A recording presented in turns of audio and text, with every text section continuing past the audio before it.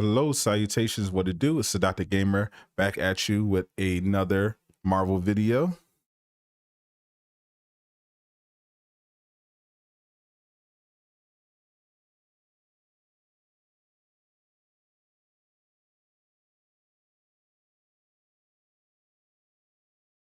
How y'all feeling, Do-Rag Gang? What's up?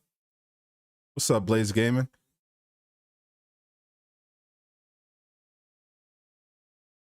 Episode's really good. You're not going to spoil it. Well, this is the episode for the spoils. This is what I'm here to talk about. If you haven't seen it yet, I definitely recommend watching it because this will be a spoilery discussion. What's going on, Icon? I'm good, Jacob. How are you? What's up, Ali? AKA Nick. What's going on, Black Shadow? VB Savannah, what it do? How's everybody feeling today?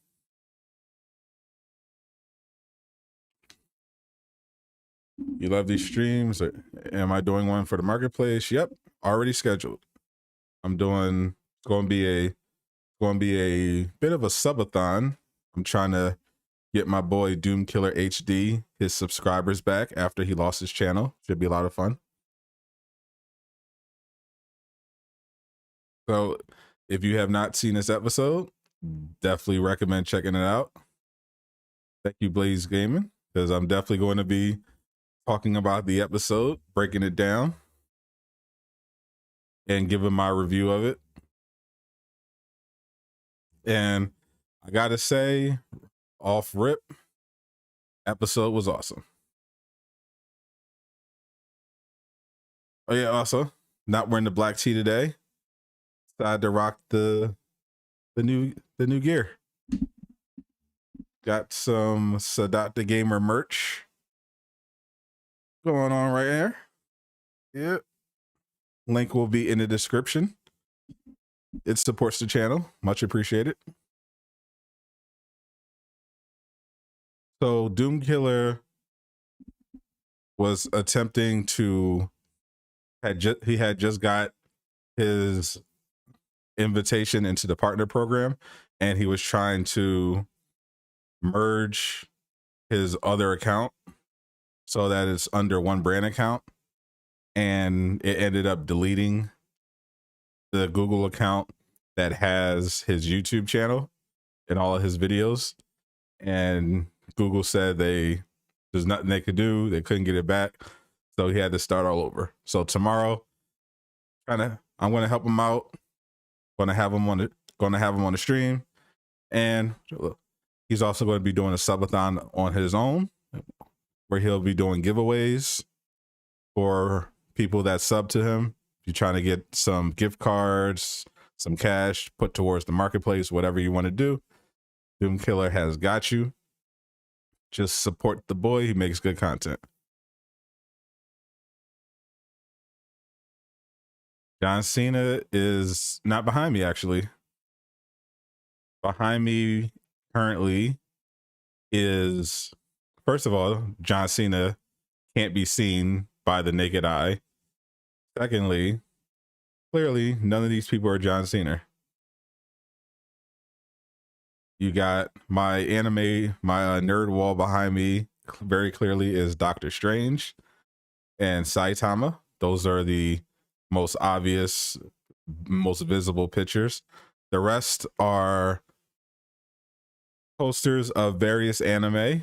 I got a lot of the classics: Jujutsu Kaisen, Naruto, Sailor Moon, Demon Slayer, Dragon Ball.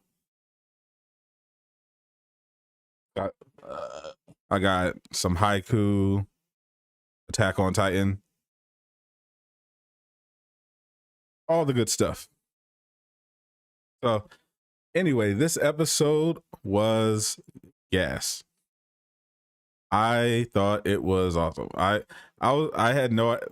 haven't been watching or reading anything about the episodes going into it. I just been going into the episodes blind, and this one was awesome. I'll get into the No Way Home trailer later. I talked about it on the last few streams, but it was good. I should do a I don't know if I'll do a video breaking it down, but yeah, it was good.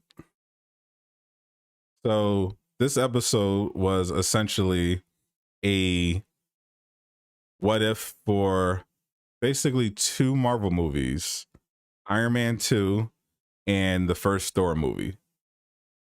And the biggest difference, of course, spoiler alert, is that when Nick Fury and Black Widow go to meet Tony Stark at the donut shop to give him the talk about his various activities after the events of Iron Man 2, instead of injecting him with the antidote like what happened in the movie as a show of faith to convince him to come over and join the Avengers Initiative, the antidote instead kills Tony. And Shield, because of protocols, then arrests Black Widow for his murder. And that definitely took the episode off on a very dark path and a very interesting one.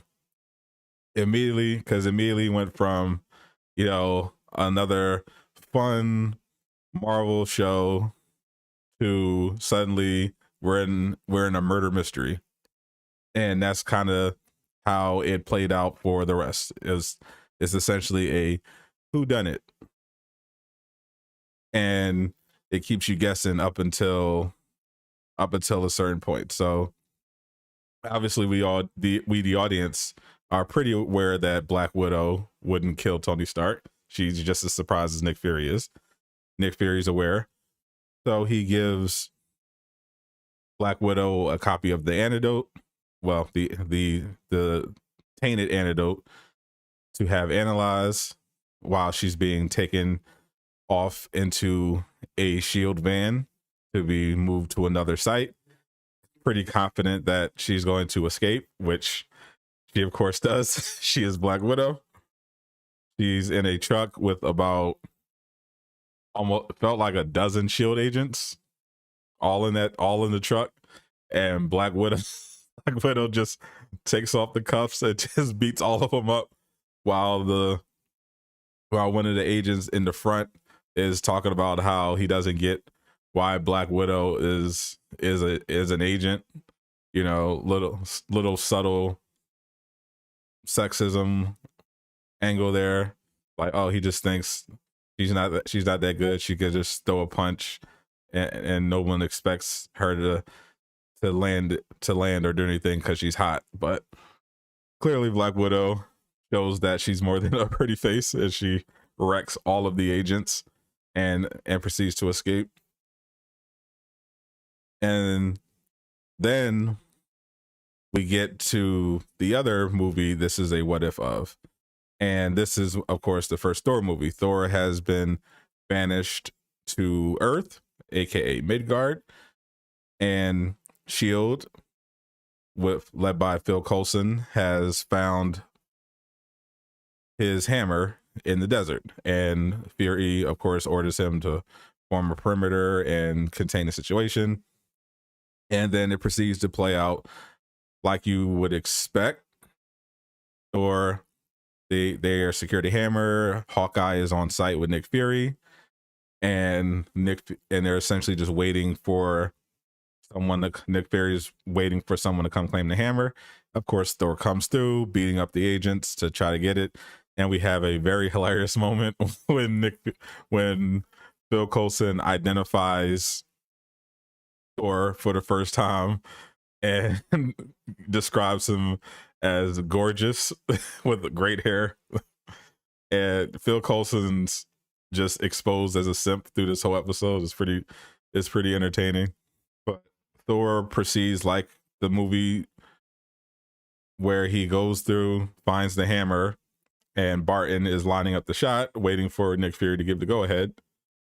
But of course, Nick Fury tells him to stand down. But instead of Thor picking up the hammer and realizing that he's no longer worthy and promptly getting captured, Hawkeye's arrow fires, pierces Thor's heart, and kills him.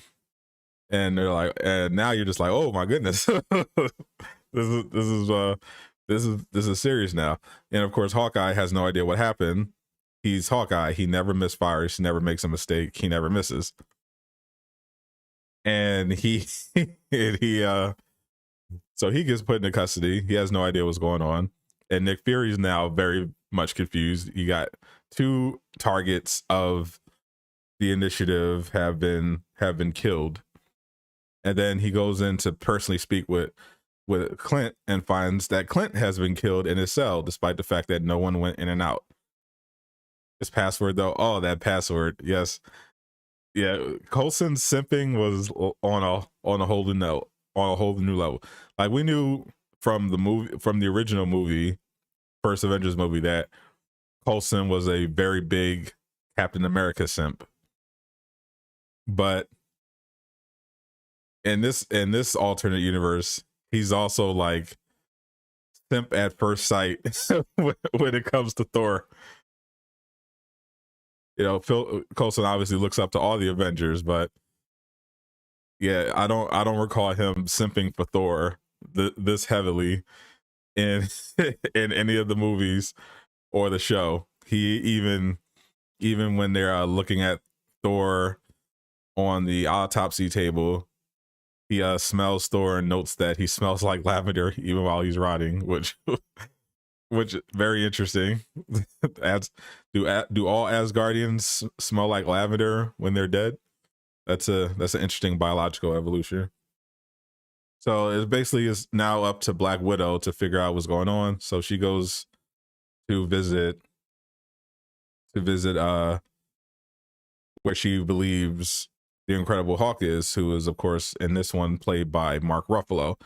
At the time this takes place, he's played by Edward Norton, but obviously Edward Norton is out of the MCU, so Mark Ruffalo is currently Bruce Banner. And Black Widow tried to get some answers from Betty, and who does a very poor job of hiding the fact that Bruce Banner is there. After analyzing, she concludes that no one actually tampered with the antidote. There was nothing in there that would have killed Tony Stark. So Black Widow is left to conclude it has to be some kind of projectile, but she's not sure.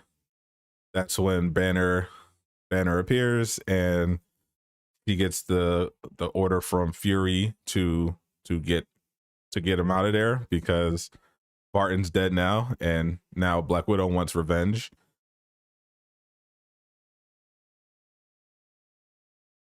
You didn't know the Incredible Hulk was canon to the MCU? Yeah, so the only part is, the Edward Norton's Hulk is canon. Just Edward Norton is just not in it. It's just not in it. Everything else, they proceed as normal, but then Black Widow and Edward and Hulk are, of course, surrounded by General Ross, and they attack Hulk. They surround them, and before Black Widow can explain, someone shoots Bruce Banner before he transforms in the shoulder, and that prompts him to turn green and start smashing. Meanwhile, Loki has led the Asgardian army to Earth, and they're looking for some revenge. And they have a pretty hilarious exchange where Loki is doing his, big bad guy speech about how he's going to crush them, and Fury's cell phone is ringing because Black Widow is trying to reach him. He ends up picking it up and giving her directives, but Loki ends up attacking Fury's forces with a ice beam, and Hulk starts smashing tanks like he's known to do.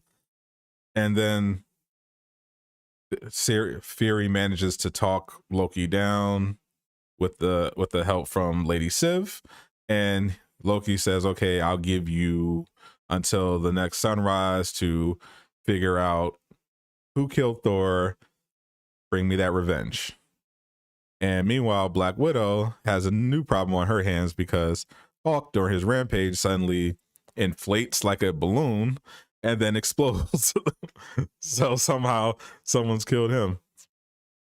And then Black Widow goes and ends up in the library trying to get into the classified files on the Avengers Initiative in a public library, and she's trying to get the password from Coulson because she's locked out.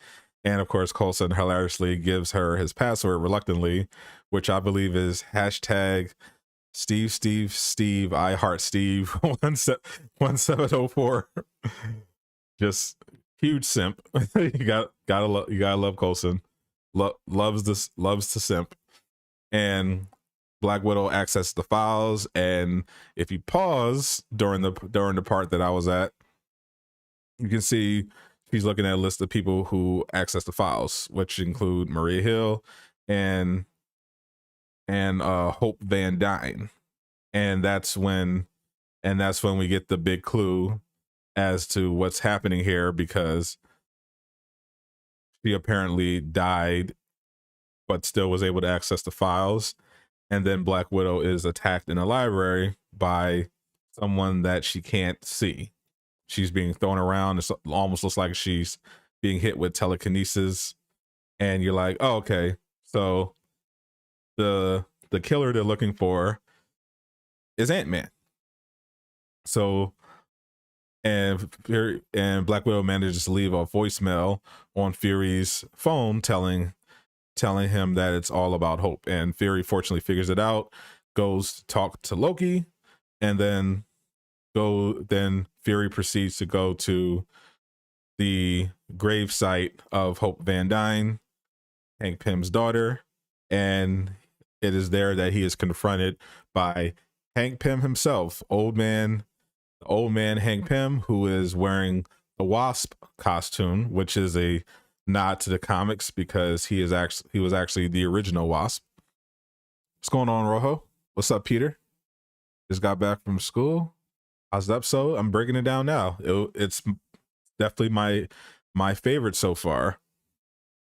So the Wasp, well, Hank Pym ends up fighting Nick Fury because turns out he did all this for revenge because Hope in this timeline dies while working for SHIELD, and that drove Hank crazy, and now Hank decides to murder the members of the Avengers Initiative in order to get payback on SHIELD. So they proceed to fight, and Nick Fury beats the absolute crap out of Hank Pym, and it's crazy. What's up, Luis? And we're like, oh, and Hank Pym has no idea what's going on. He's like, oh, how was Nick Fury this OP? He's pretty spry for a desk guy that sits at his desk. And then it becomes pretty obvious after a bit that, oh, this isn't Nick Fury, it's Loki transforming into Nick Fury, and he makes that clear by teleporting, creating clones of himself, and freezing Hank in a pillar of ice. And then the real Fury comes in, and they arrest Hank Pym, bring him away, and everything seems like it's going to have a happy ending. And then Loki says that he thinks he had a lot of fun, and he thinks he's going to stay on Midgard for a little while longer. And that's kind of like you think that's like a callback to Thor, like, oh wait, is Loki in this alternative timeline going to join the Avengers Initiative and help defend Earth? Well, no, he uses his army and conquers the entire Earth, giving his speech from the first Avengers movie where he says, mankind is desperate need of being ruled. So now Earth, all the nations of Earth are united under Loki's control, and Nick Fury goes to figure out a solution, and we see him suddenly in a cave where he brushes off some ice from what we see as Captain America's shield, and then he says, then he greets the captain, and we turn around, and the captain he is referring to is Captain Marvel, who has just arrived after being paged, which they showed earlier in the episode. And this Captain Marvel is not played by Brie Larson, so it's okay to like this one. And it was a very cool entrance.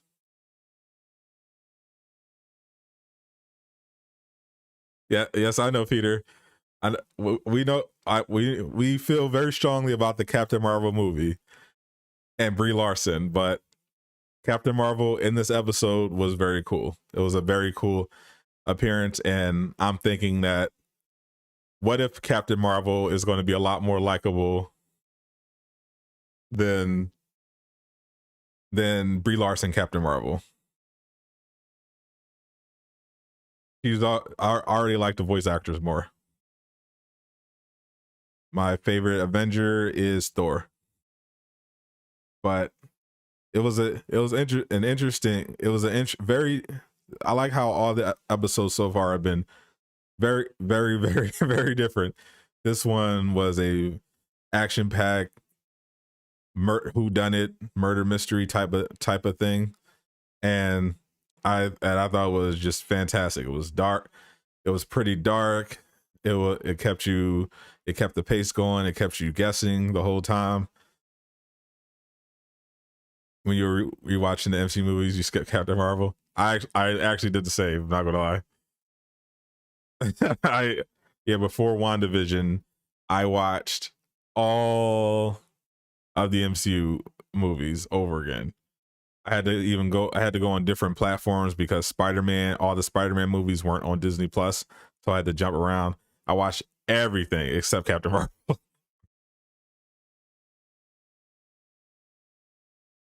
Do I think Captain Marvel will be in Marvel's Avengers? She's already pretty much confirmed. Well, she hasn't been officially confirmed by Crystal Dynamics because she's still in development, but we've known since last year, thanks to Miller, that Captain Marvel is in active development for Marvel's Avengers, as well as the Winter Soldier and She-Hulk.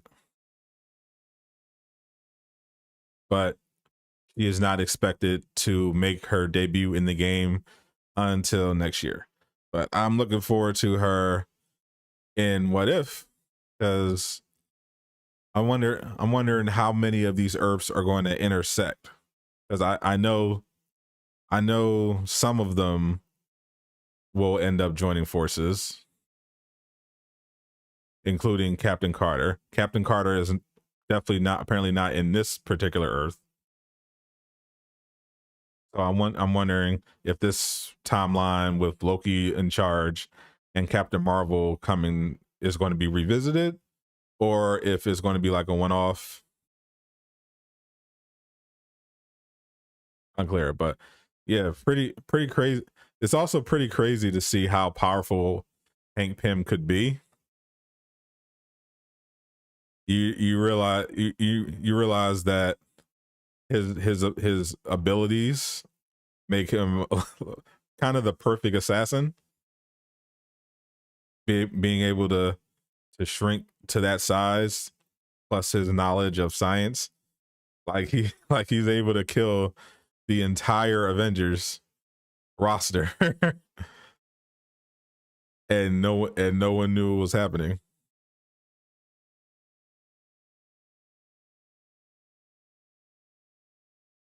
Yeah, Captain Marvel is not coming next. She's like late, maybe next year. Is Ant-Man or Wasp? Wasp, the original comic book Wasp is in this, played by Hank Pym. Hope Van Dyne, who plays Wasp in the MCU was a Shield agent who was killed. That's why Hank Pym took up the Wasp costume and took his revenge on Shield. What's up, Mr. Biggs? I just did a breakdown of episode 3 of What If. What's up, Jesse? Overall, I give the episode a 9.5. I thought it was the best one so far. It really good. I saw some reviews. I saw someone say, some publication say that they didn't like it, was boring, and I don't know what they were watching, but I don't know how you can be bored if you're bored by Tony Stark getting killed within the first few minutes of the show. I don't know what you're watching. I don't know what your taste is. Loki catches arrows, Thor doesn't. That's because this version of Thor, if you remember, like I mentioned, if you remember, this episode of What If takes place after Iron Man 2 and during the first Thor movie. So Thor has been sent to Earth without his powers. That's why the arrow was able to affect him. That's the whole premise. That's why Shield was able to capture him. That's why he was vulnerable. Odin punished him for his insolence by stripping him of his power and sending him to Earth.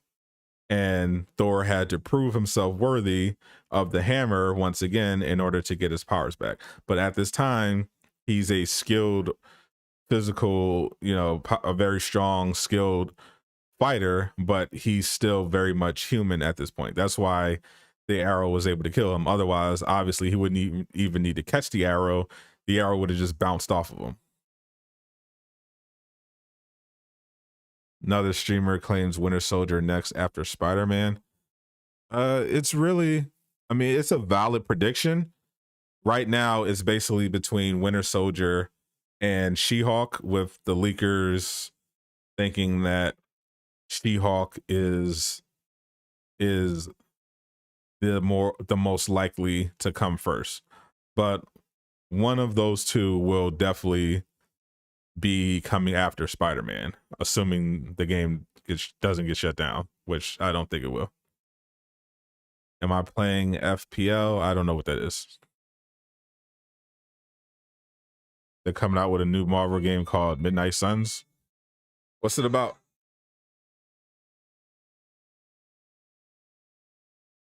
Sorry about that.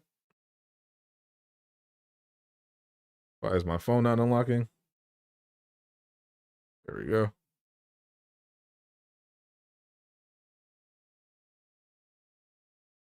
The Thor haters are going to love this episode. Are there a lot of Thor haters in the MCU?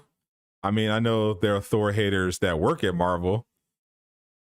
Just, look at what we got in Endgame.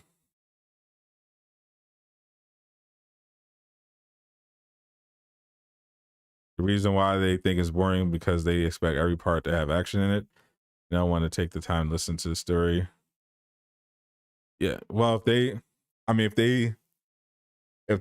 was the reason, then I think they would have hated last week's episode with Black Panther, with T'Challa. That had a lot of talking. A lot of it, actually. Yeah, T'Challa convincing people to not be bad, speeches, plans. There's a lot of that. I don't know. Maybe I have no idea. Maybe the episode wasn't political enough for them. I don't know. Maybe it was just, maybe they didn't have any culture stuff they can latch onto, because it was a really solid murder mystery. I thought it was a very cool switch up. What's with the zombie stuff in the back? Those are scenes from upcoming episodes of Marvel's What If, there will be an episode featuring Marvel Zombies, which I'm definitely looking forward to. Marvel Zombies, very cool. Hoping they come to Marvel's Avengers in some way, but they have confirmed they're doing a Marvel Zombie episode. Speaking of upcoming episodes, it looks like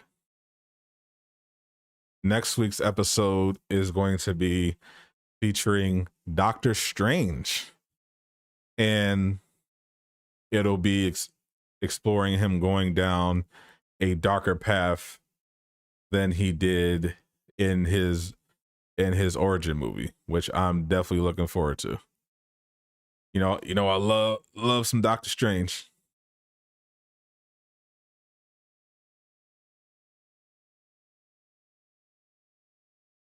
They even said your boy Doctor Strange is coming to the game.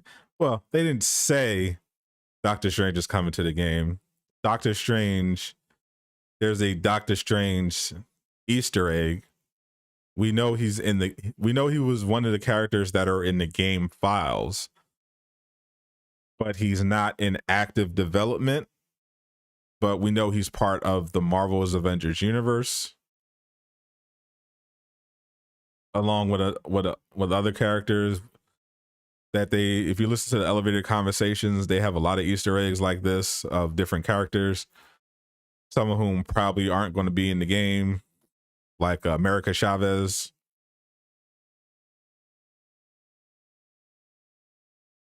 Your cousin says Thor is not worthy. He should have been killed in the first Thor movie. Well, he definitely wasn't worthy at the beginning of the Thor movie, but I thought he proved himself. Is the Scarlet Witch v Spider-Man still happening? I know nothing about that.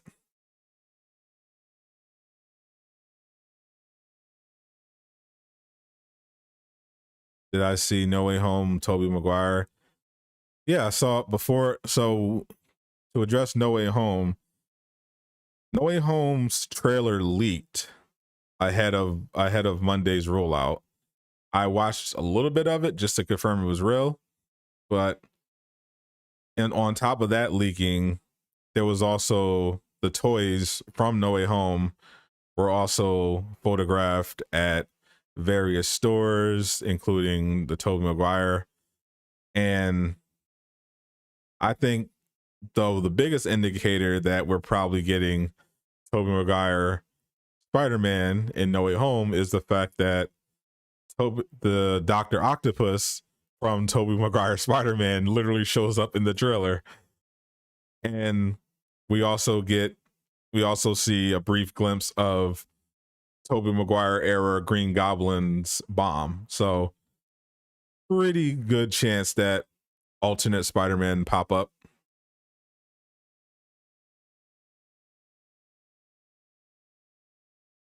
How can you watch the episodes of What If? They are on Disney Plus.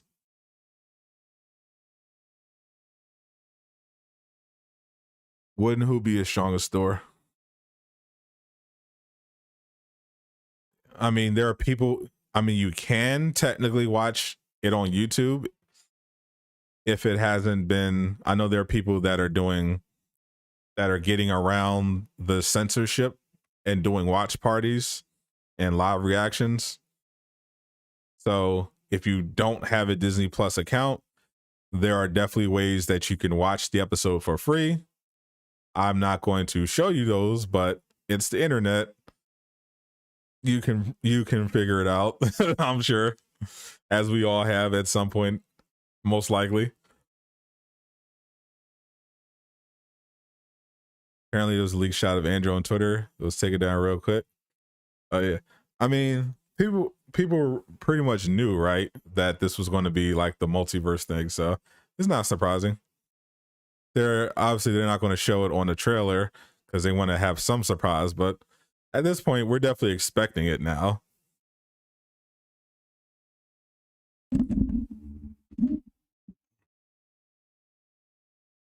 You think we're getting the first Avengers skins We already got one, so I would guess that their plan is to roll out the rest. Same thing they did with the in-game skins. Makes the most sense to me.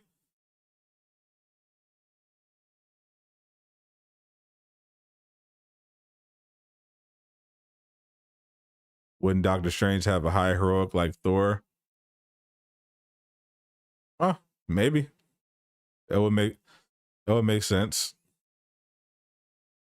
for Doctor Strange to be a Valor character. I don't think it'll give him a high heroic like Thor, but they could. Thor seems to be Thor's naturally high heroic rating wasn't altogether intentional.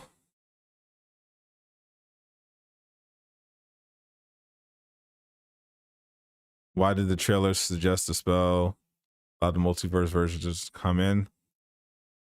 That's probably what happened.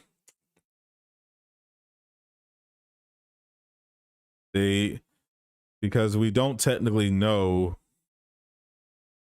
what.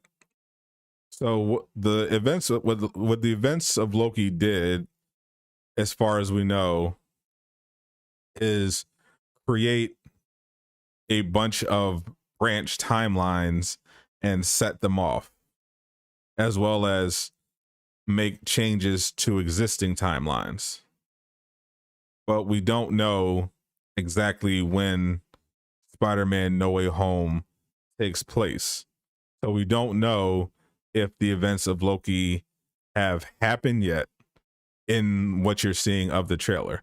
But the plot point they seem to have established is that Doctor Strange attempts to make a spell that will make it so that everyone forgets that Peter is Spider-Man, which involves him manipulating the space-time continuum. And somehow Peter talking and saying who he wants to still know his secret messes up the spell while Doctor Strange is casting it, and stuff happens. But we don't know exactly.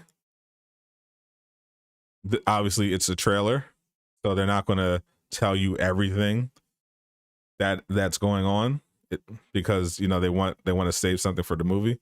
But I would definitely guess that the spell was a big part of the events. There could very well be a Loki reference later on, I would expect. If Doctor Strange turns evil, he's going to be ruthless. Oh, I bet. Sorcerer Supreme. And I think he's going to have the Time Stone. Imagine.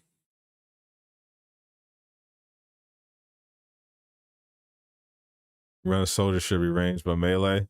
Winter Soldier is probably going to be like Captain America. He'll be pretty good at both. You'll be able to do a melee build based around the metal arm, and a range build based around his weapons, which I'm sure he'll have. Probably play like, more like Black Widow / Captain America. Probably have around Captain America level speed when it comes to his combat and agility and everything like that. But I'm excited for the next episode. I can't wait to see what they have Doctor Strange do.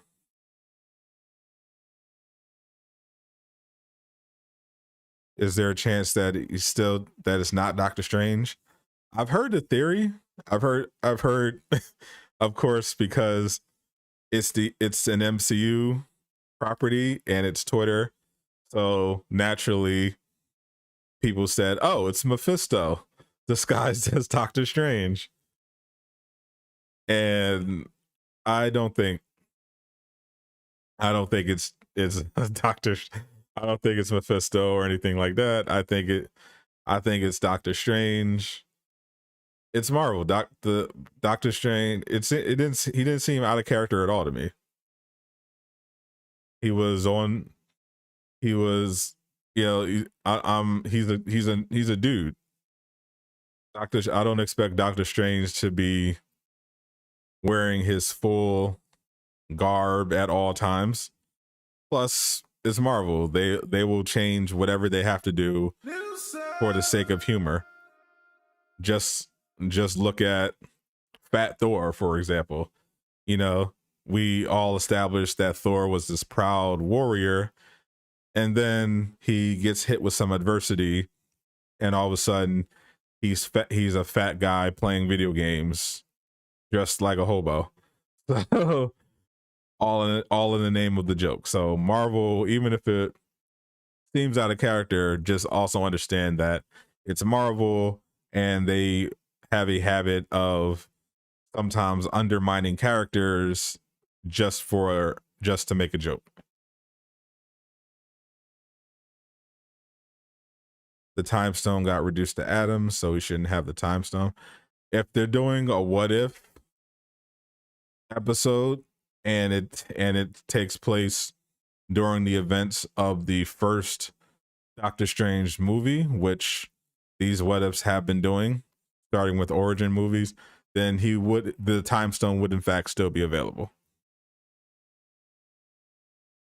He would just have to acquire the time stone through his training, like he does in the first movie. It'll never be Mephisto ever. Yeah, I don't think Mephisto is coming to the MCU at this point, so I think people should stop looking for Mephisto. Mephisto's not happening.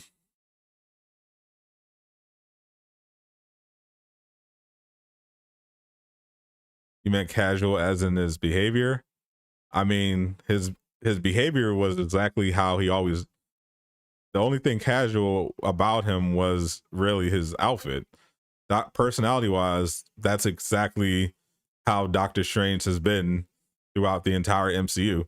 Just look at the end of his first movie, look at Thor Ragnarok and his interactions with Thor, look at Infinity War and his interactions with Tony and Peter. That is exactly how Doctor Strange acts. I don't know why people were reading that much into that part. Do you think what Strange did to Stark was wrong? How he lied to him, tell him it's the only way? Did he lie to him? I don't think he did. Apparently that was the only way. He said he seemed way more mature. Why? Because Wong told him not to do the spell and he winked.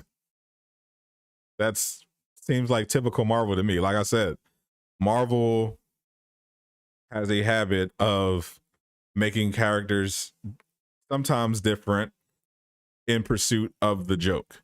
But in the case of Doctor Strange, I thought the only strange thing about him, no pun intended, was his outfit. Other than that, he sounded exactly like Doctor Strange.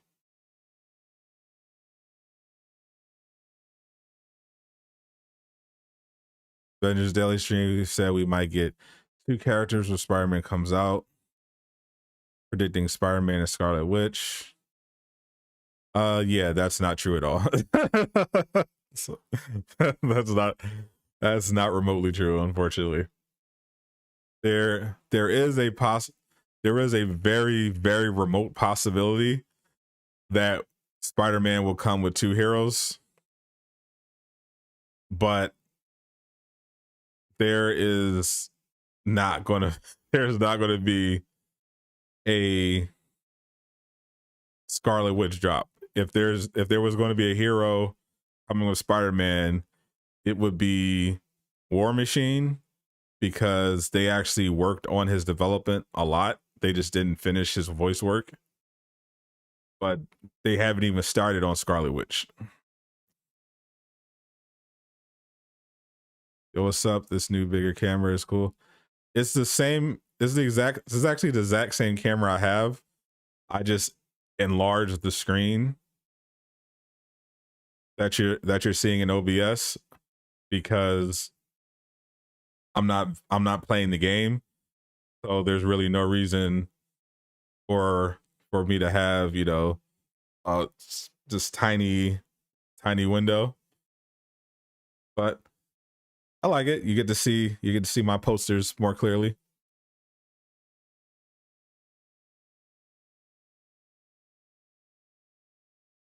Look at Infinity War Endgame, his interactions with Tony. I mean, his interactions with Tony were somewhat hostile. They were not, because, you know, they both are arrogant jerks. But yeah, his interactions with Thor, so wait, you're saying Doctor Strange is too mature to wink? So what? Like what? What? He's too mature to try a spell that he's not supposed to? It wasn't Doctor Strange's whole thing in the first movie pushing himself to try to get to do advanced level spells so he can advance through his training? It doesn't make any sense. And maturity, did you see what he did to Thor and Loki? He made Loki fall for 30 minutes. He kept teleporting Thor all across the mansion because he could. Made sure he filled up his beer. You'll get why it's hard to see, because you're not really making a lot of sense. I'm trying to tell you that Doctor Strange, because you made the argument that he's too mature, and I gave you examples of how Doctor Strange isn't that mature. Just look at Thor. Just look at Loki.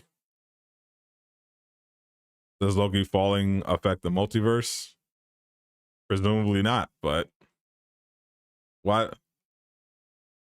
Does stakes matter? Yeah, stakes could matter, but he's also Doctor Strange. He's the Sorcerer Supreme. Yeah, I'm not comparing the multiverse to making Loki fall. I'm using your own words were that he was too mature in other films, and I responded by pointing out how he actually is not that mature. Now, if you want to make the argument that you think he wouldn't attempt a spell that's that dangerous, then sure, make the argument, but don't make the argument that he's too mature and it was out of character when it's not. That thing about Wink is stupid. Only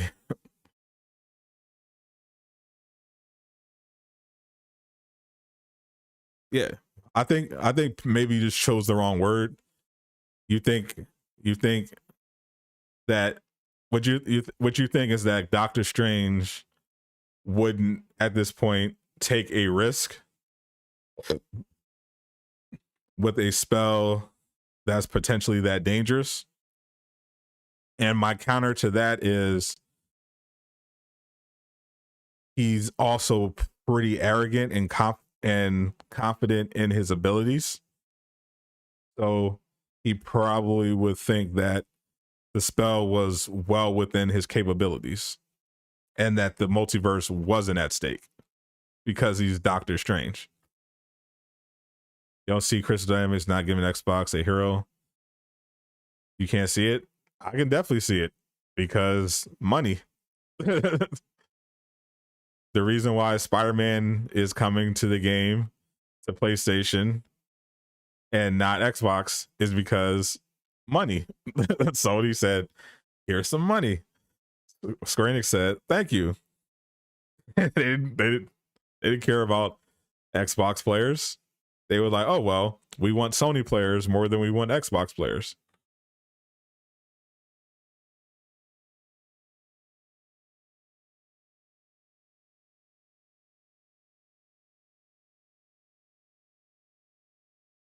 Sony makes PS4 and Sony owns Spider-Man.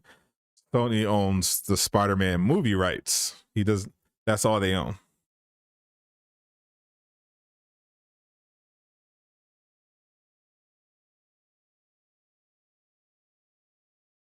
Yeah. And like I said, I think Doctor Strange's arrogance and belief in himself has been pretty well established. But I think you can chalk up the whole Peter talking, messing up the spell to just bad writing. Because yeah, the I think people are reading too much into that scene, and they're taking the wrong thing away from it.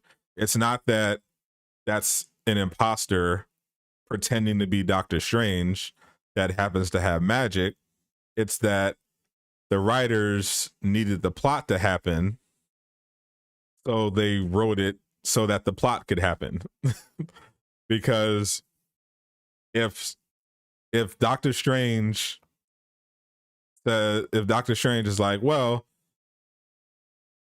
I don't really like Peter that much to attempt this spell, I'm not going to do it, then the plot doesn't happen. Or if Doctor Strange presumably says, hey, I'll help you out, Peter, but this spell requires absolute concentration and no interference from you. So while I'm casting the spell, you can't speak at all.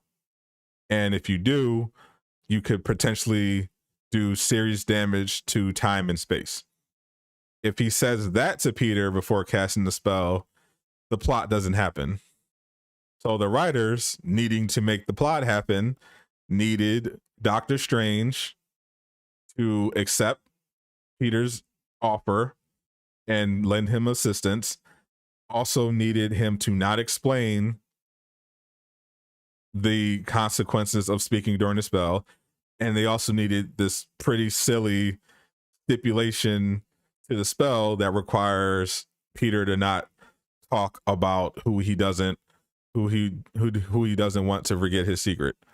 So all of that happening was required for the plot to happen. And now the plot can happen.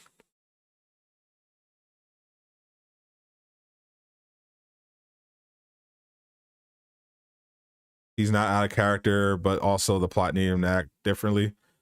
No, I'm saying that the plot, what often happens, especially in Marvel movies, is that they sometimes do make characters act differently for the sake of plot. But I think I've already made the case that there is nothing different about Doctor Strange's personality whatsoever in that scene. He was Doctor Strange. He was doing the Marvel quips. He was obviously very confident, too confident in himself and his own abilities. The only thing that I thought was dumb was him not telling Peter beforehand to shut up. we don't know what happened because we don't see all of the scenes in their entirety, but we do know that Peter asked for the spell, asked him for help.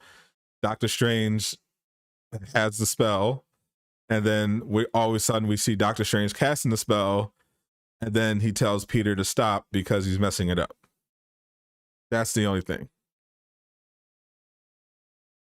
But yes, the plot does in fact need to happen. This is very common in movies and film and movies and TV shows.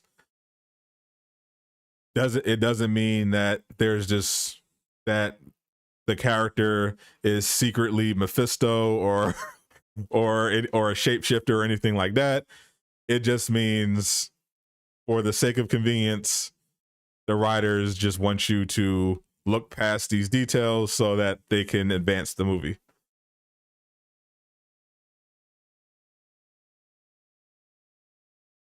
People forget how Strange actually acts in his own movie. They only think Infinity War and Endgame, which was a different situation for him. Yeah, Strange is very oh, there it is.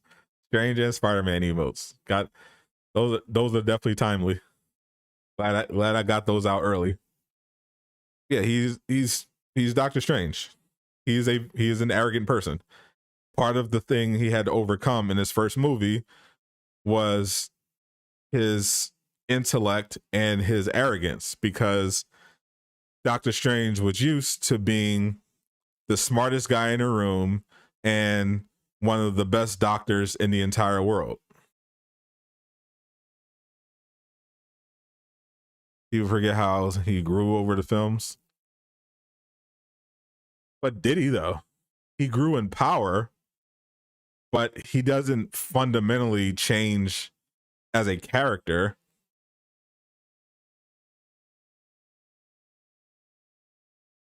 He humbles himself enough to accept the training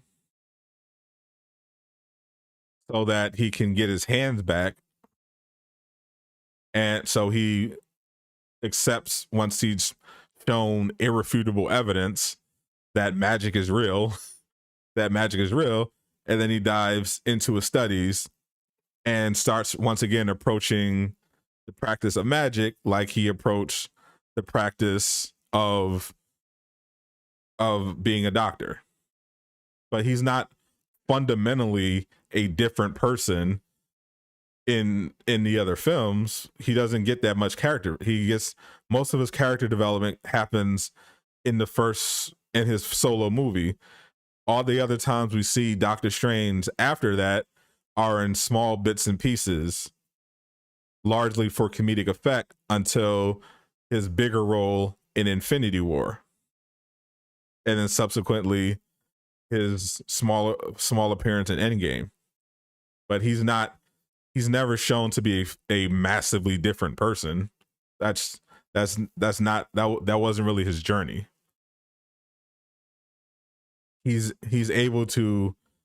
not as much of a douche like he was while he was a practicing doctor, but he's not this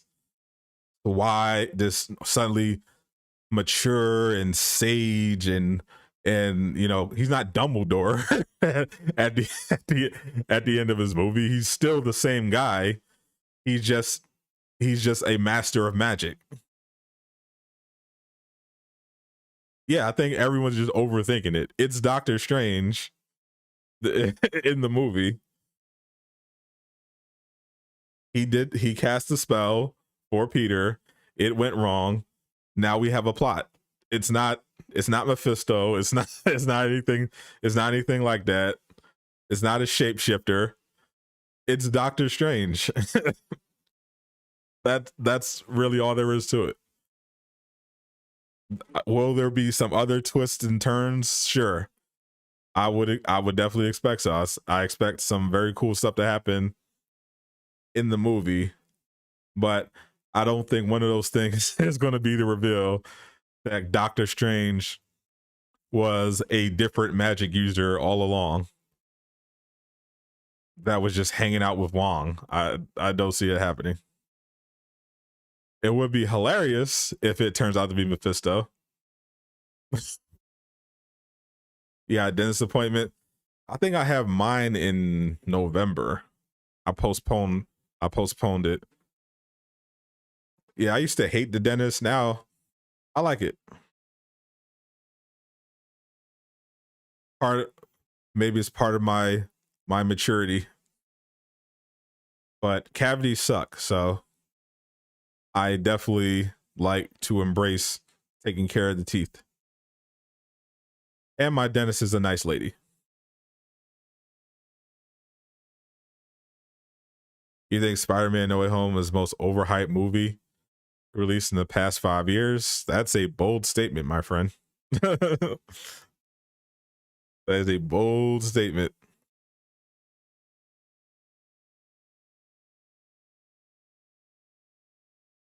I'm pretty confident in saying that Spider-Man No Way Home was in no way as overhyped as Avengers Endgame.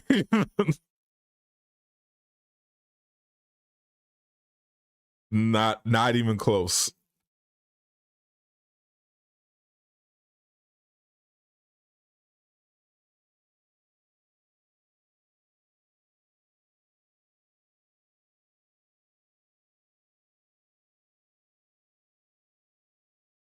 Yeah, at this point, people are expecting Dom Terrell to show up from what you're talking about. People's predictions. There's nothing unique about this either. This is the internet.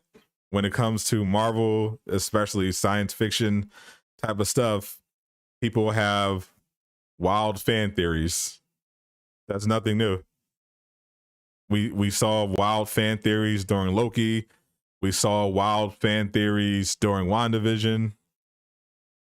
Remember, people were convinced at one point that Thanos was going to be defeated by Ant-Man flying up his butt and expanding. Like, people have wild theories. That's nothing new. But it's perfectly reasonable for people to have these multiverse based predictions, because we know for a fact that there are alternative universe characters. They already confirmed that alternate universe Dr. Octopus is going to be in the movie. And then there are all these leaks and rumors saying you're going to get alternate Spider-Man too. So I think it's very much valid, especially since we know the multiverse is going to be a huge theme of Phase 4 of Marvel due to the events of Loki. Yeah, it's popular because Spider-Man, every time a Spider-Man movie drops, it's hyped, it's popular. It's Spider-Man. He's probably the most popular Marvel character in the entire world right now. And if you look at the movies that are coming out this year, it's the biggest, it's going to be the biggest one. Like, what other Marvel movie is on the level in terms of popularity and hype? What we got Black Widow, which underwhelmed. We're going to have Shang-Chi, who most people never heard of before they announced it, and the Eternals, who no one knows anything about. And then you have Spider-Man. Like, of course it's going to be hyped. In comparison, that's the one Marvel movie that's dropping this year where people actually know who's in it.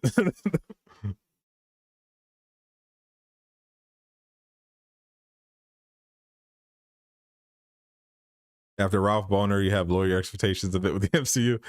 Oh, for sure.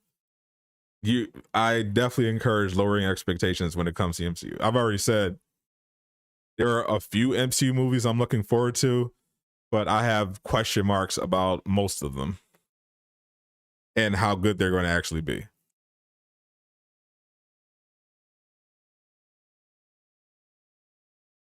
Do I think an MCU skin could randomly drop tomorrow? Not a chance. Only heroes our parents know are Batman, Superman, and Spider-Man. Everyone knows about them. I mean, that's definitely not true. My dad was a Thor stan from back in the day. And my cousin's dad had a ton of comics. He was the reason that I actually got into X-Men. But yeah, the casual MCU fan isn't aware of most of these comic books, but part of the issue is that Marvel hasn't really grown over the last several decades. The MCU was huge for them because they're not really innovating with their comic books. They hit home runs with all these iconic characters, and instead of creating new iconic characters, both Marvel and DC instead focused on milking those iconic characters for all they're worth and just doing endless reboots, reimaginings, and everything like that.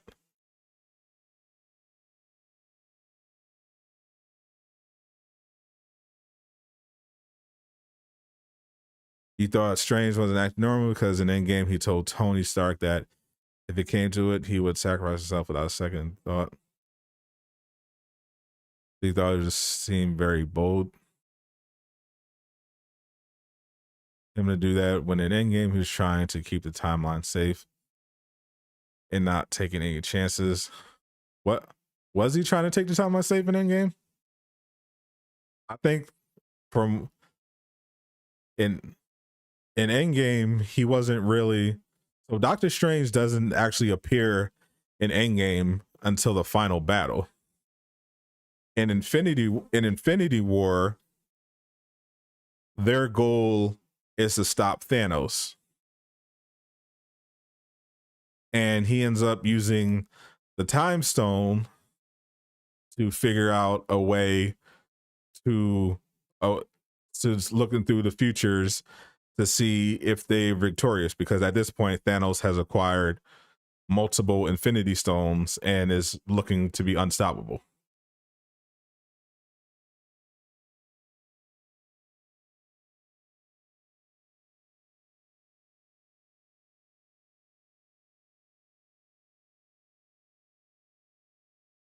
Honestly, you don't like whatever you've seen of Eternal so far? Characters do OP to be interesting. Yeah. From the first trailer, I thought Eternals was going to be a terrible movie. The second trailer, it looks like Marvel's attempt at Man of Steel, and I have no idea how it's going to work out. I thought at the very least, I thought the designs for the Celestials look really cool. I thought they nailed that, but yeah, I'm still not sold on that movie. But the second trailer is definitely better than the first one. I'm just curious how they're going to fit into the MCU going forward. Maybe DC will rise again. Talk about side movies. Don't think there's much hope for DC. Yeah, I mean, I think Black Adam's going to be cool. Maybe that will get some momentum and get Warner Brothers to stop being stupid.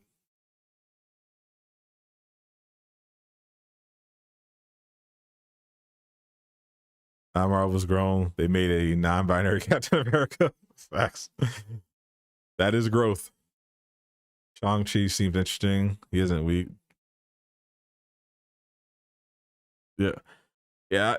Yeah, I understand. I understand you're saying that you like stories where the characters are more grounded. That makes sense. That's part of the appeal of Batman, characters like Batman, and why their stories are so loved and well done, because it's a lot harder to write for a character, for example, like Superman, because of the fact that he's basically a god. There's no realistic way that he could be challenged in any way, so you have to get creative. You either have to put out an enemy that's as strong as him, which can get boring, create some kind of contrived weakness for him, which is dumb, or create a story and scenario where he can't punch his way out of it. Whereas since Batman is a human and more vulnerable, you could tell more interesting stories with greater stakes, because you know that he can't just punch his way out of it and fly at light speed.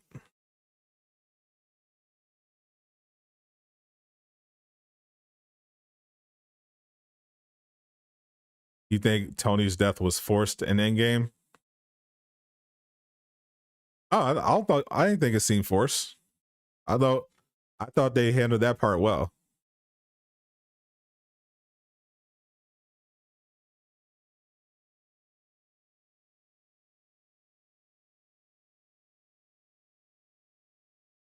Yeah, like I think Superman's fine, but a lot of Superman stories are boring, and when not in the hands of good writers, it's not interesting to look at. Like part of the reason I like Smallville so much is because not only was it just a well done show, they wisely told a Superman story from before he became Superman.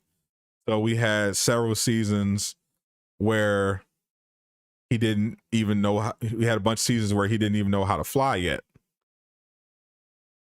So you got to go with him on all these milestones.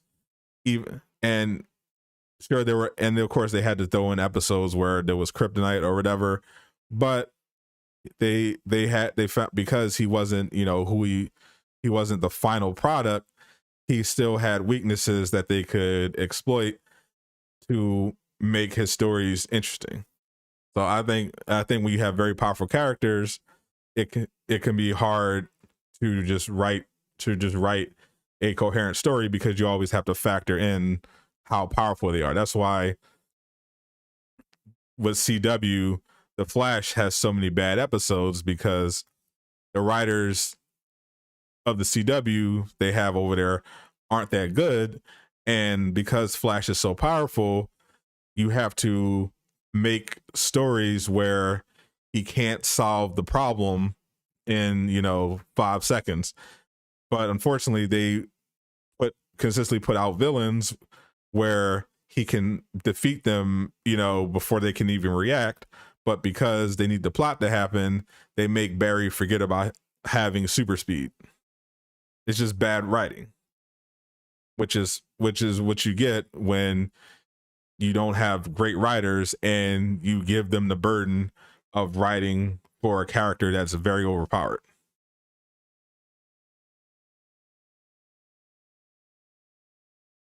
You thought it seemed forced because why couldn't any other hero snap? Well, I thought the way they constructed the scene, everybody was occupied, and Tony used his technology to trick Thanos into taking the glove. I thought that was fine. Plus, I'm sure part of the reason, not, you know, to give you some inside baseball, is that Robert Downey Jr. was ready to leave the MCU. The same with Chris Evans. So when they wrote Endgame, they wrote it with keeping in mind that both Chris Evans and Robert Downey Jr.'s contracts are up, and they're not interested in returning to those roles. So Captain America gets to have his happy ending where he grows old with Peggy, and Tony Stark gets to die a hero.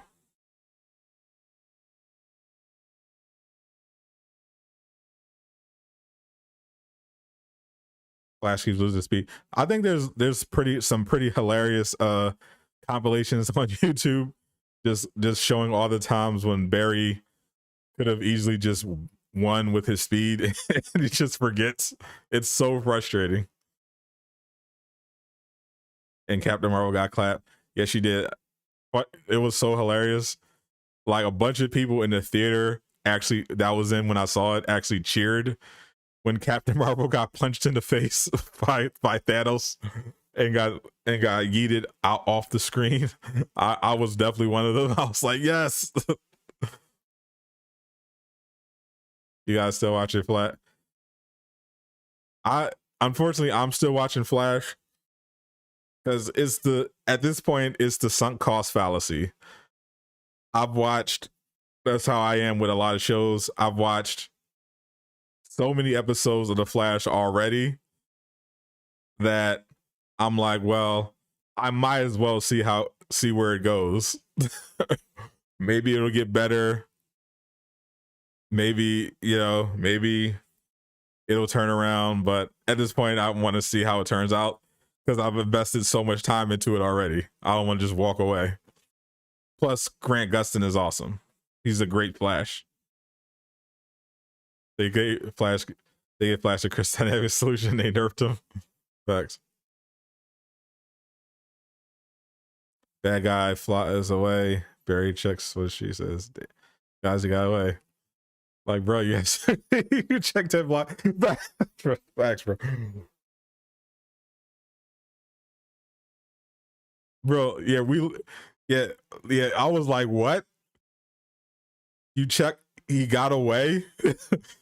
There was, remember, did they forget that Flash had an entire episode, I think it was last season or the season before, where a nuclear explosion went off, was a nuclear explosion bomb was detonated, and Flash used Flash time to move so fast that the nuclear explosion was frozen.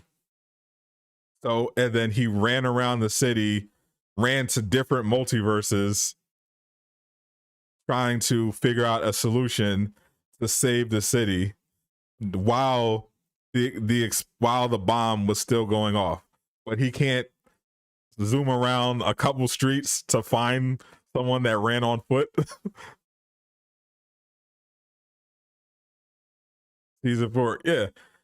There was also the crossover where him and Supergirl literally fly around the globe. Like they literally circle the globe. Like what? Like why? Like Barry can't catch a random criminal on foot. It's just stuff like that. It's their pattern. It's because it's the pattern. A bad guy shows up. Flash arrives on the scene. Flash somehow loses, despite the fact that he could easily solve it in seconds. Flash goes back to the team, so everyone on the team has their time to shine and show how useful they are. They come up with a plan. They send Barry back out with the new plan. Someone says, "Run, Barry, run." Barry uses the plan to overcome the bad guy. They get locked up. The end. It's the CW formula, and it's very bad. Superman versus Thor. Superman definitely wins. Thor is cool, but come on now. he is outmatched.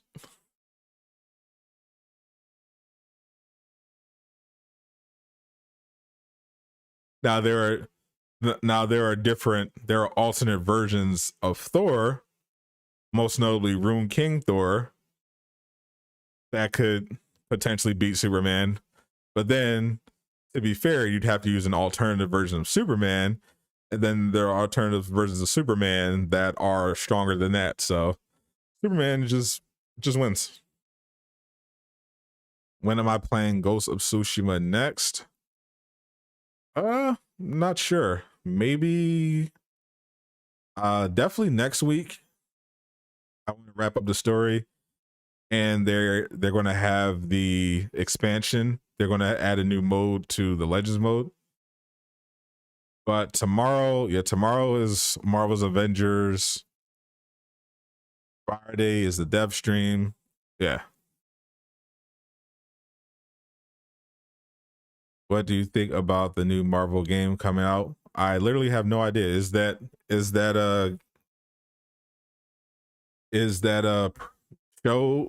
showcase happening right now? Look it up right now.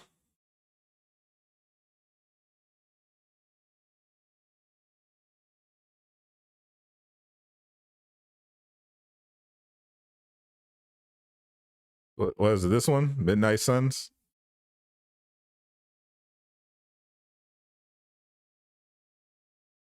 Oh yeah, Gamescom. Oh, it is going on right now. Batman versus Iron Man. In a normal encounter, Iron Man would murder Batman. It immediately, like, it wouldn't even be a contest. Iron Man would slaughter Batman. It was it wouldn't even be close. No. I love Batman, but no, Iron Man would completely destroy him. The problem with Batman is that he can beat a lot of people outside of his weight class, but he needs prep in order to do it. Because he's a normal guy by comic book standards that's really good at martial arts and really rich, and he has some he has some tech with him, but not enough to take on, easily take on superhumans. Definitely not someone on Iron Man's level. Yeah, like he's going to throw a batarang at Iron Man.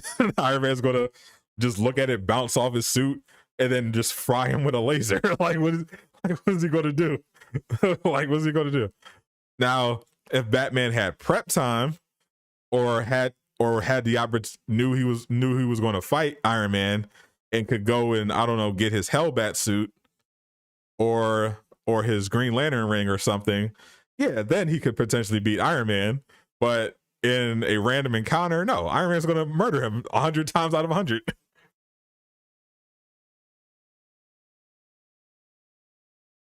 But in the prep debate, Tony is also good at prep as well. He could come up with, he has some stuff in the cut that he could potentially pull out.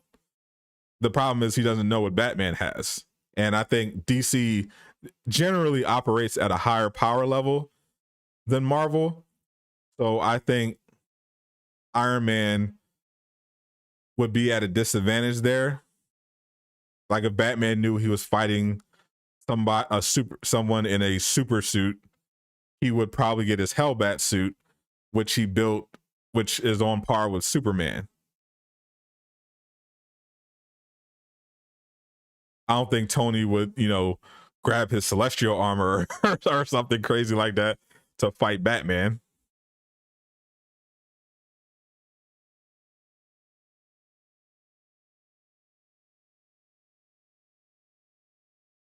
No gameplay was shown.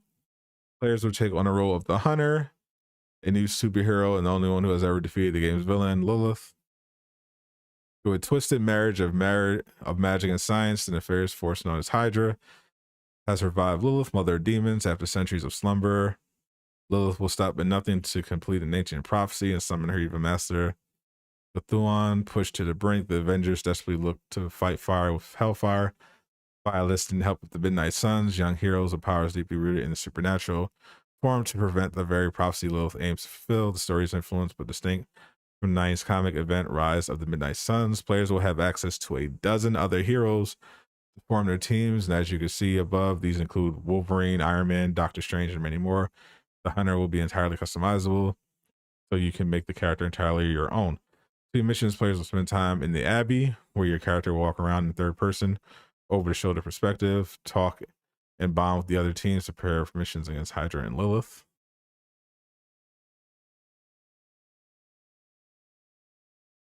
They stated the gameplay would differ from XCOM,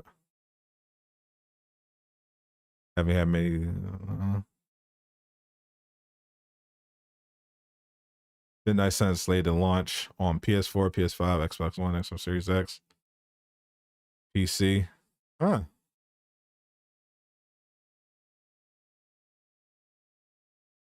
I mean, it sounds amazing. I wonder what kind of game it is. I wonder if it's going to be action adventure.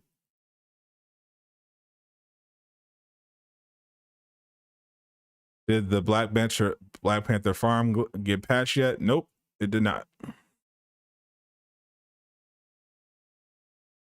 Depends on what type of suit Batman is wearing.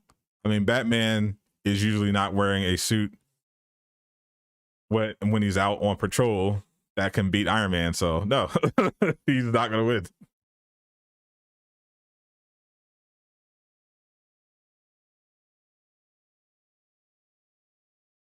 So let the trailer roll.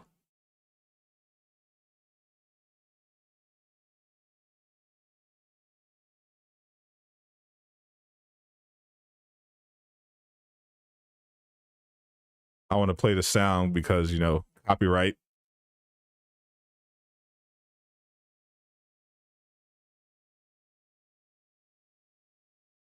No, it's going to be on console, which potentially incredibly exciting. It's going to be on everything: PS4, PS5, Xbox, Series X, PC. I just don't know what kind of game it is. Is it third person action? Is it RPG? Turn based?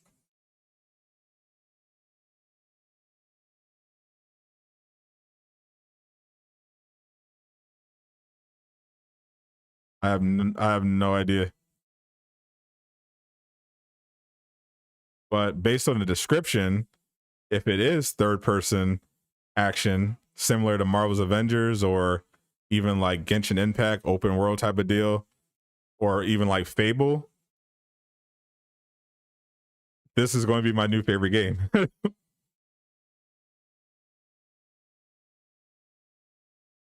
You're right. The music is absolute gas. And I would absolutely get demonetized if I played it.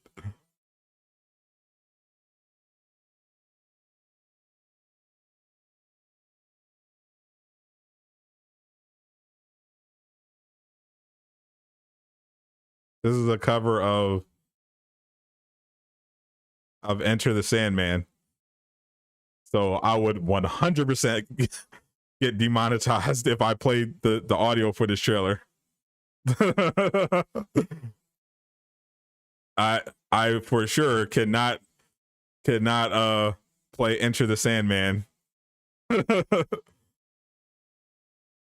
But if you can check this out on, I just Google this. This is a Forbes article. I'm sure it's on Twitter. If you want the audio, I'm not playing this audio on stream because YouTube might take this whole stream down.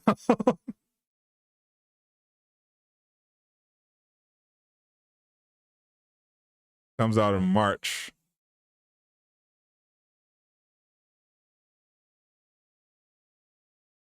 Said the world gameplay debuts September 1st, 11:30 a.m. PT. I'm looking out for that then. Because conceptually, this game sounds amazing. You got this whole big global plot that the Avengers are going to be connected with, and you're going to get to play with a bunch of your favorite heroes. But mainly you're going to start out with your own character that you can customize and play through the story. There's going to be a hub. It sounds exactly like what a lot of people wanted Avengers to be. Or like a next gen version of X-Men Destiny, but with the greater Marvel roster. If that's what this is, I'm definitely streaming this game. It's going to be my new favorite. March 2022.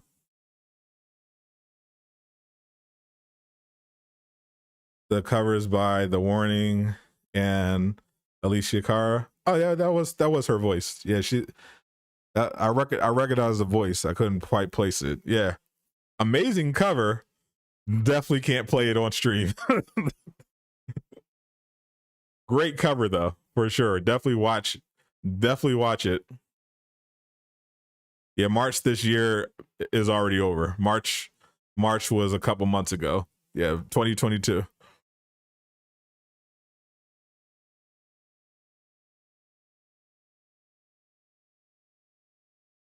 Superman versus Thanos. That I would give to Thanos. You still appreciate at least 2 seconds of gameplay. Well, to be fair, they do have this whole gameplay rollout planned, so I'm fine waiting until next week. It's like what, 6 days? That's fine. Not a big deal.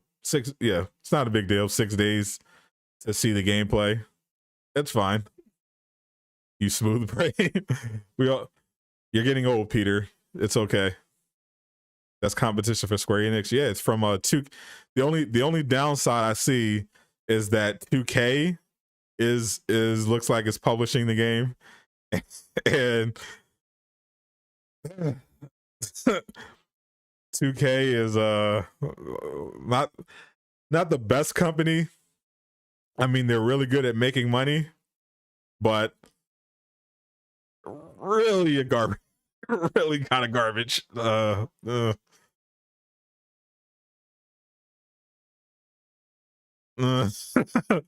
Like I used to be a competitive NBA 2K player. I was a pretty competitor. I did pretty well in 2K20, but after that experience and looking at and reading up on what was coming in 2K21, I abandoned ship because I was like, man, 2K is just too scummy of a company. I can't with this game anymore. So hopefully they don't ruin this one because it's definitely competition for Square and their Marvel's Avengers game, but it is 2K. So now that I know 2K is making it, I can be a little skeptical. A little more, actually more than a little skeptical. I'm big skeptical. Now I definitely want to wait for the gameplay.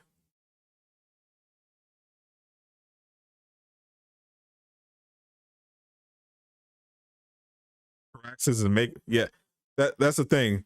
It doesn't necessarily matter how talented the studio that's developing the game is if the publisher sucks, which we've realized from Marvel's Avengers. Yes, Crystal Dynamics had before, Crystal Dynamics gets a lot of hate now, but before they made Marvel's Avengers, Crystal Dynamics was a beloved company. They produced the Tomb Raider games. People loved them. They thought Crystal Dynamics was an awesome company. And then Square Enix decides they want to make a AAA Marvel's Avengers game. They throw Crystal Dynamics on it, and now all of a sudden people hate Crystal Dynamics and think they're just the worst gaming company in the world. So a publisher really determines a lot. So I'm confident that 2K knows how to make money. I'm not confident per se that they can extract money from the players while giving them the gameplay experience they want and deserve. So I'm going to have to wait and see. 2K about to get people to spend money on a VC in Marvel game. Facts, bro. Oh my god. You leave 2K just to go back to 2K. I know, bro. Bro, the game sounds so good though. Damn it. They about to have us spending 100,000 VC just to unlock Doctor Strange's portals. So like, bro, oh no. Not 2K. Anybody but not 2K. Oh, why'd that be 2K? No. This game sounded so good too. Oh,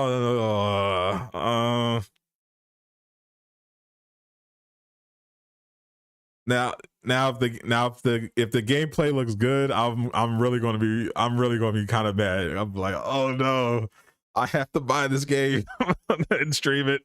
Oh no. 2K is a video game version of an iPhone. Exactly. That is exactly what it is. Literally. Every new version of iPhone and every new version of 2K is pretty much the same game, but kind of worse. They're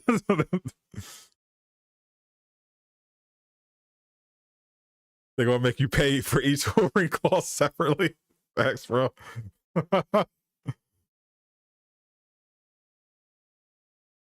Definitely looks like a mobile game. That's the thing. Yeah, the cinematic trailer reminded me of Marvel Future Revolution, but it's not the level of quality I would expect from like a next gen exclusive game, but it is in fact a console game. So I'm definitely even more skeptical.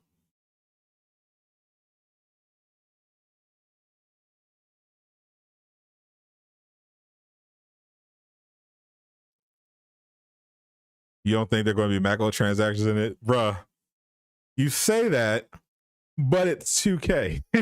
Come on, bro. It's 2K. As someone who is a veteran of 2K games, I can tell you, if they can fit in microtransactions, they will. And if you don't think they're going to fit in microtransactions in a Marvel game on console with Doctor Strange and Wolverine in it, you're out of your mind.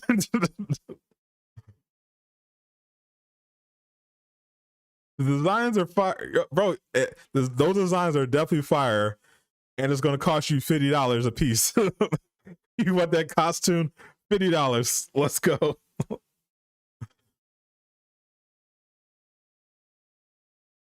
It's gonna be 500,000 VC, which you can earn for free, but it'll take you 3 months of grinding to do it.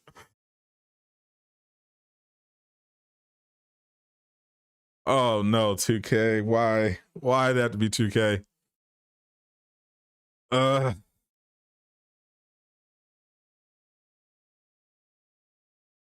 Well, I've heard people enjoy the wrestling games that 2K produces. I haven't played those though, so I don't even know. Let me check this out. WWE 2K microtransactions.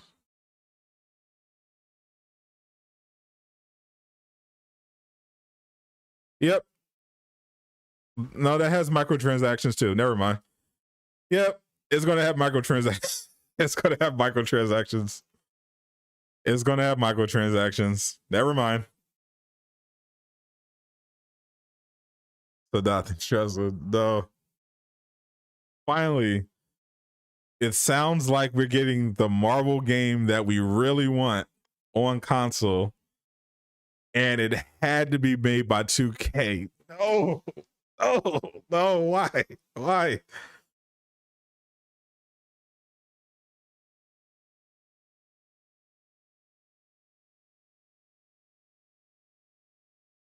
You said it won't be third person action.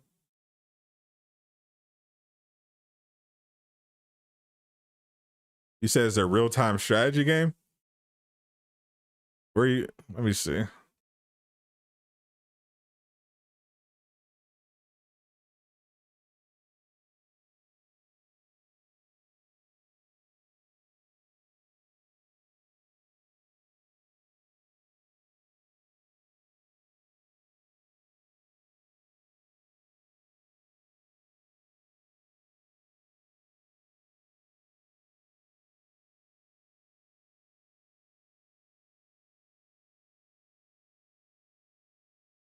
A tactical RPG.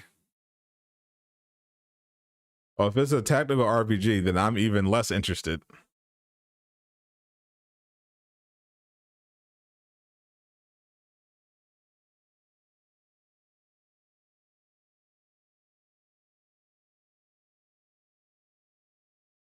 Yeah, if it looks like this, I'm out. No, thank you.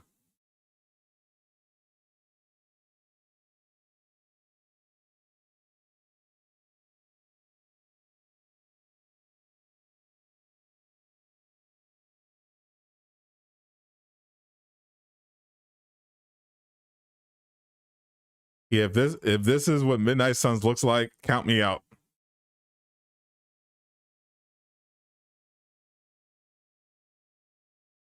But this year, the gaming industry is so bland. I mean, to be fair, it did give us Ghost of Tsushima, the director's cut. And Genshin Impact is getting Aloy. So that's something. And we got Ratchet and Clank.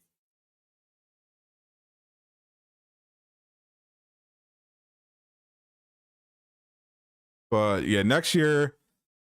So it doesn't look like I'm going to be playing this next year. Fortunately, Gotham Knights is supposed to come out early next year. So, and that I know for a fact is a third person action game.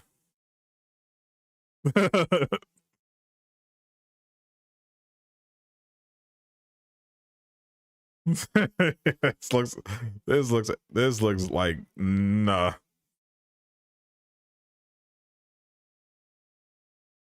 Let's see what Civilization 6 looks like.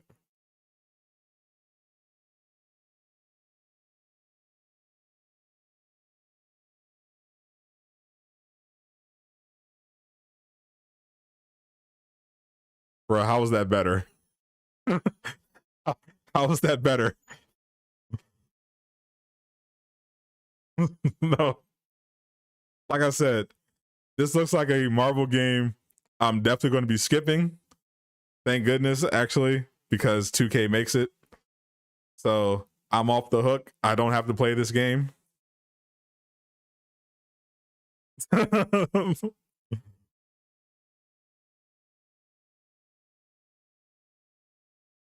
Search XCOM 2. Okay.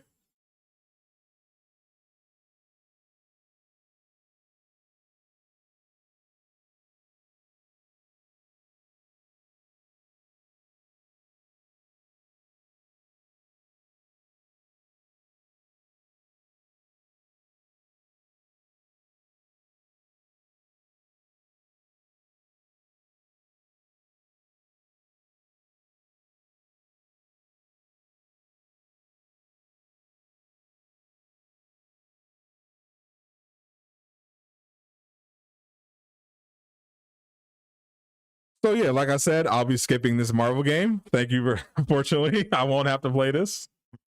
it's not my thing.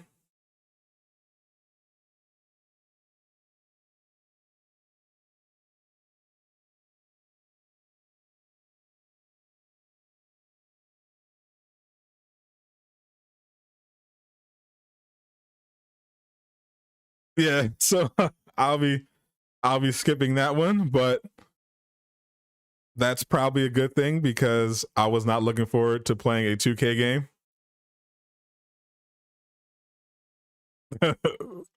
And now I don't have to. You hope it has a worse launch than Marvel's Avengers. Maybe one day.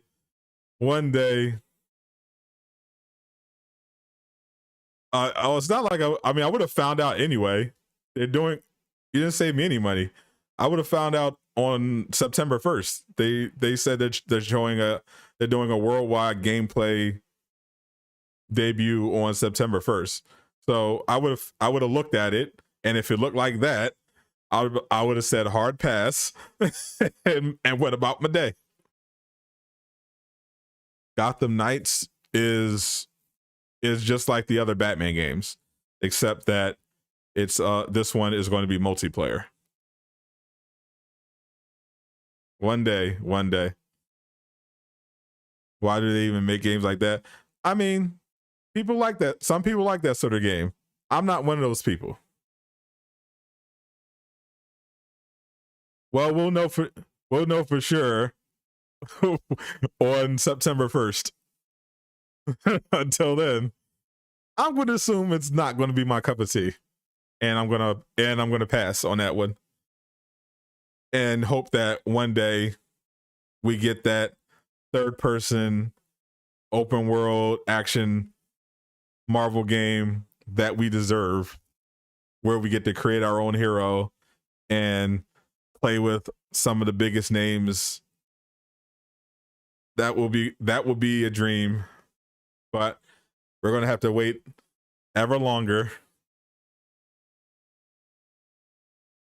They're finna get Wolverine chasing dragons for a rare magic stone. Oh gosh. Oh no. I was so excited when I was reading the description. I'm like, no. They should be deported to Mars. Some people like that garbage. Oh. Oh, there goes my hope. All right. But I'm gonna get out of here. Thank you guys for supporting another one of my streams. I appreciate you. Hey, what's up, Peter Odin? Perfect timing. I'm getting out of here. We were actually just dunking on Midnight Sun. We watched the trailer and read the description and was like, oh, this sounds amazing. And then Stefan pointed out, oh, it's actually going to be like a real-time strategy game like Civilization and XCOM. And then I immediately lost all excitement for it. I lost a ton of excitement when I found out that 2K was making a game. But now that it sounds like it's going to be a real-time strategy type game, I'm all the way out. I'll see you guys tomorrow for the Marvel's Avengers stream. Definitely going to be a big one. I'm going to have Doom Killer HD on, and we're going to be throughout the stream trying to get him back to at least 1,000 subs. Obviously, if we got that on stream, that would be insane, but just spreading the word. Doom Killer is a great content creator, and I definitely want him to keep making videos. So help him get back on his feet after his channel got deleted. We're trying to get him back into that partner program. You guys have a good one. I'll see you tomorrow at 1 p.m.